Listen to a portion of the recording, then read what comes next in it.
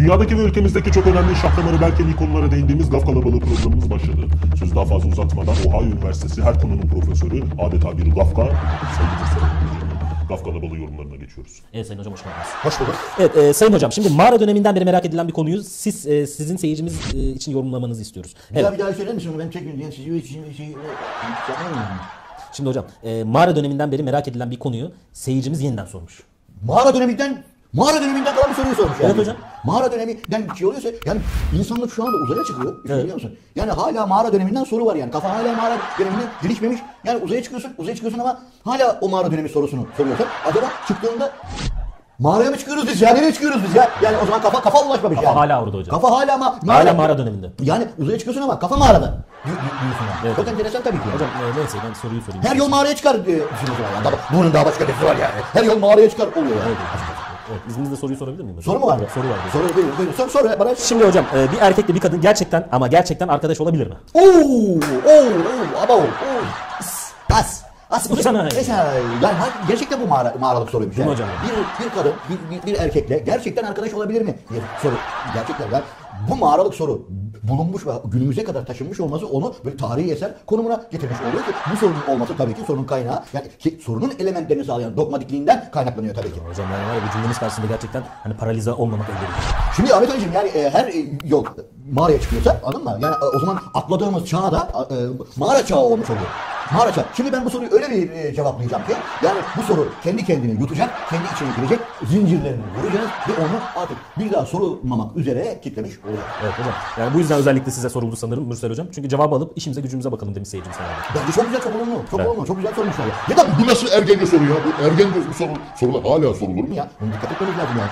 Yalnız şöyle bir şey var. Arkadaş kalabilir. Kalabilir de nereye kadar? Ne zamana kadar arkadaş? Saat kaça kadar arkadaş kalabilir? Değil mi? Kaça kadar hocam? Ya bence 12'ye kadar. Gece 12'ye kadar arkadaş kalabilir. Ama 12'den sonra gecenin sessizliğinde, gecenin kuşuğusunda bilinçaltının bilinçaltının bilinmez dehlizlerindeki o böyle garip, giriş ve karışık, karman çorman, çamur alemdeki o Java, adeta bir timsah, bir vaşak, bir komodo canavarı ortaya çıkıp insan böyle bir sevişme iklimine doğru yöneltebilir tabii ki. Burada önemli soru nedir? Nedir hocam? Sen arkadaşınla sevişebilir misin? Ya gecenin 12'sinden sonra ortaya çıktığında sen bunu dizginleyebiliyor musun? Mevzu o yani sen bunu dizginleyebiliyor musun? Evet, Her şeyi geçtim. Mesela çok önemli bir psikolog var biliyorsun. Sigmund Freud demiş ki mesela bir erkek ilgi duymadığı bir kadınla ya da bir ilişki yaşamak istemediği bir kadınla arkadaş olmaz diyor. Çok enteresan hocam. Bilim konuşuyor burada yani. Bilimsel konuşuyor burada. Bilimin aydınlatması falan söz konusu yani. Bunu ben söylemiyorum ki. Sigmund Freud yer bunu. Ben söylemiyorum ki. Freud söylüyor. Şimdi diyelim ki sana geçelim. Sen kaça kadar arkadaş kalabilirsin? Sabah kadar arkadaş kalabilirim diyorsun. O kadar kendine güveniyorsun yani. Peki şimdi diyelim ki senin bir kız arkadaşın var. Yani arkadaşsın doğal. Rutin arkadaşlık devam ediyor. Sohbet muhabbet falan filan. Sen arıyorsun. Alo bilmem Afidap. Şey yapıyorsun ya da WhatsApp'tan yazıyorsun. Ondan sonra diyorsun ki ben yeni bir yemek tarifi öğrendim. Bana gel yemek yapacağım birlikte yeriz. Film de aldım. Film de seyrederiz diyorsun. Film de seyrederiz diyorsun. Evine davet ediyorsun. Kız arkadaşın geliyor. Güzel yemek yapıyorsunuz birlikte. Falan güle güle eğlene yemeği yapıyorsunuz. Arkadaş. Evet, çok güzel gidiyor. Bir yumuşatırsan bir şey oldu. Sen bir uyuştun. Kafamda canlandırdım. Canlandı tabii ki. Bunlar gayet normal yani. İnsan arkadaş olarak yapıyoruz. Ondan sonra sen yemeği yediniz. Filmi seyrediyorsunuz. Film seyrediyorsunuz böyle. Falan ya. Filme kaptırıp gidiyor. Fakat senin içindeki o vaşak, o komodo canavarı birdenbire diye ortaya çıkıp sen kız arkadaşının dudaklarına yapışıyorsun. Emçikliyorsun onu böyle. Dudakları emçikliyorsun. Kız arkadaşın ne yapar? Tokadı basar hocam. Tokadı basar tabii ki. Bak işte bak gördün mü? Tokadı basıyor çünkü sınırları belirliyor. Diyor ki ops, çoğuş. Ya orada dur diyor değil mi? Bir sınır koyuyor sen böyle. Biz arkadaşız diyor. Ya, akıllı oluyor. Evet. Peki soruyu şu açıdan şu şekilde bir değerlendirelim. Buyurun. Sen durursun o zaman tabii ki duruyorsun. Ben durdum. Teklif var ısrarlık hocam. Tabii ki canım yani sen en azından bir şey yaptın. Şansını denedin tabii ki canım yani.